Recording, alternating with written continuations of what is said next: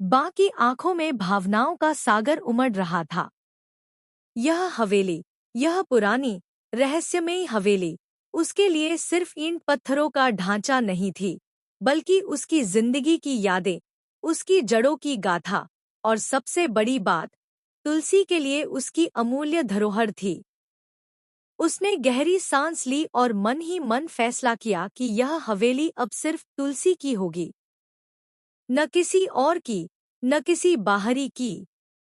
यह उसकी अंतिम इच्छा थी, जिसे वह अपने दिल में बसाकर रखना चाहता था। तुलसी जब वहां आई, तो उसकी आंखों में उत्सुकता और थोड़ी घबराहट झलक रही थी।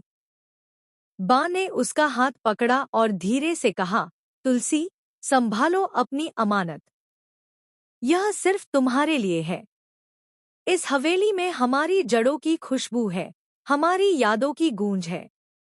यह किसी और के नाम नहीं हो सकती, नहीं इसे कोई और छू सकता है। यह तुम्हारी जिम्मेदारी है, और यह जिम्मेदारी केवल तुम्हारे लिए है। तुलसी ने हल्की मुस्कान के साथ कहा, wow, I so sweet of you, aunty. आपने इतने सालों तक यह प्रॉपर्टी संभाल कर रखी। यह देखकर मुझे गर्व हो रहा है कि अब यह हवेली मेरी देखभाल में है। लेकिन मैं जानती हूँ, यह केवल संपत्ति नहीं है। यह हमारी परिवार की विरासत है।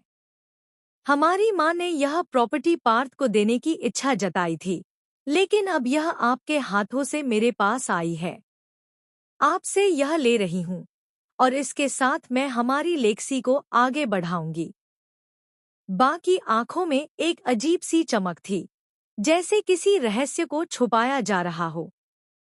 उसने कहा, छूना नहीं, इसे छूना नहीं। इस प्रॉपर्टी के बारे में सोच भी मत।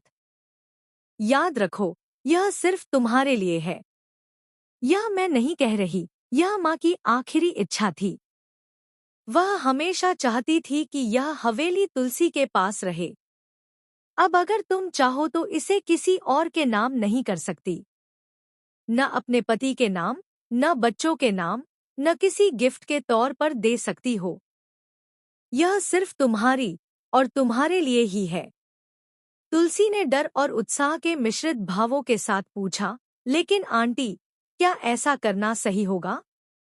अगर मुझे यह हवेली संभालनी है, तो इसका क्या अर्थ होगा?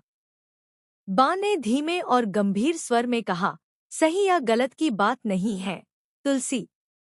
यह हवेली हमारी विरासत है। यह हमारी जड़ों का हिस्सा है। इसके भीतर छुपा हर रहस्य, हर याद, हर सुख दुख का हिस्सा हमारी कहानी कहता है। इसे संभालना आसान नहीं है, लेकिन यह